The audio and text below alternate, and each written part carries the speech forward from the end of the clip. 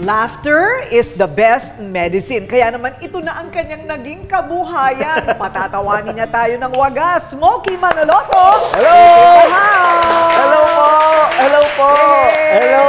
Hello, Miss Kay! Okay. Alam mo, pinapatawa mo lang kami sa TV pero hindi namin alam ang buhay mo. Nako yung buhay ko naman may mga nakakatawa, meron ding hindi nakakatawa. Lahat naman tayo, ganyan.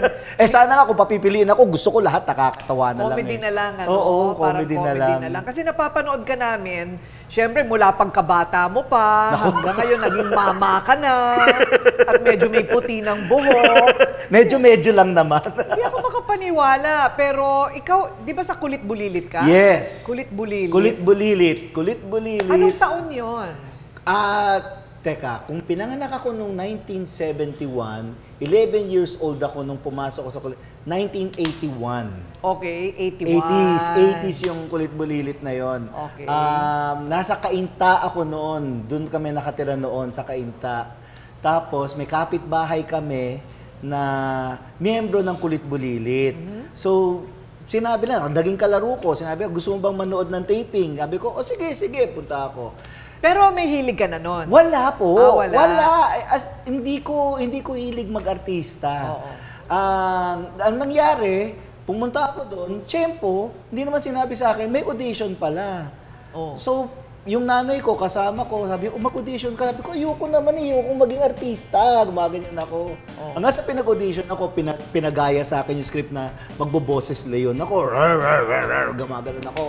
Oh. Ending, hindi ako tinanggap. Okay, so ayaw mong mag-artista pero napilitan ka, nung hindi ka natanggap, nag-iiyak ka. Umiyak ako. Sa labas nung studio, umiiyak ako doon. Sabi ko naman sa inyo ayoko ano. Tapos yun, napahiya tuloy ako.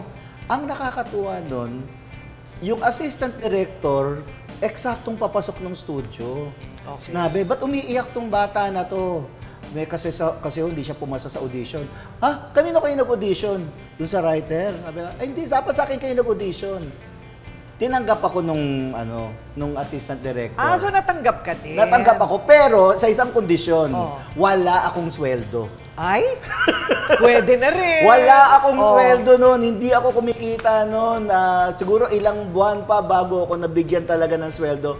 Nung nagkaroon na ako ng sarili kong portion na demonstrate ako na nagtitiklop ako ng origami, yung writer na nagbigay sa akin ng first ko na part na dun sa Kulit Bulilit at yung director na tumanggap sa akin sa Kulit Bulilit, sila yung assistant director ko sa Home Along. At si Tita Linggit naman, yung writer, siya naman ang producer ko nun sa Home Along. Ayun, Ganda, okay. umikot yung story. So, hindi ka pala ipinanganak sa isang showbiz family? Hindi po. Hindi naman, may talagang naging kapitbahay ka lang na nagkataon? May naging kapitbahay lang ako. Tapos ako na yung parang pinakagwapo sa pamilya namin. Ako na. Parang natigilan ako doon. Ako na yung may parang naman Parang ikaw na yun. Parang ako na yung parang pinakagwapo sa pamilya. Kasi, puro babae naman yung mga kapatid ko. Okay. Puro So, ikaw na babae. nga naman Ako na talaga ang pinakagwapo. Okay, kasi ikaw lang ang lalaki. Ako lang ang lalaki. Okay, pero bata ka pa lang ba, kengkoy ka na? Hindi po. Oo. Nung bata ako, napakatahimik ko lang. Naglalaro-laro ako sa kalsada. Yung mga kalaro ko doon, maakit kami ng puno ng aratilis, nagluluto-alutaan, pero hindi ako yung palakengkoy. Naging palakengkoy na lang ako nung nag-high school na ako. Kasi mula elementary, nung natapos ko yung elementary hanggang grade 6, accelerated student ako, hindi na ako nag-grade 7 Nasa top 10 ako lagi. Aba. Oo. Totoo? Nung pagdating ko ng high school, doon na nagkaroon ng problema. Oo, nung may algebra na. Oo. Ayun. Tsaka yun yung, nung nag-high school ako, yun yung medyo nagiging sunod-sunod na rin yung trabaho ko.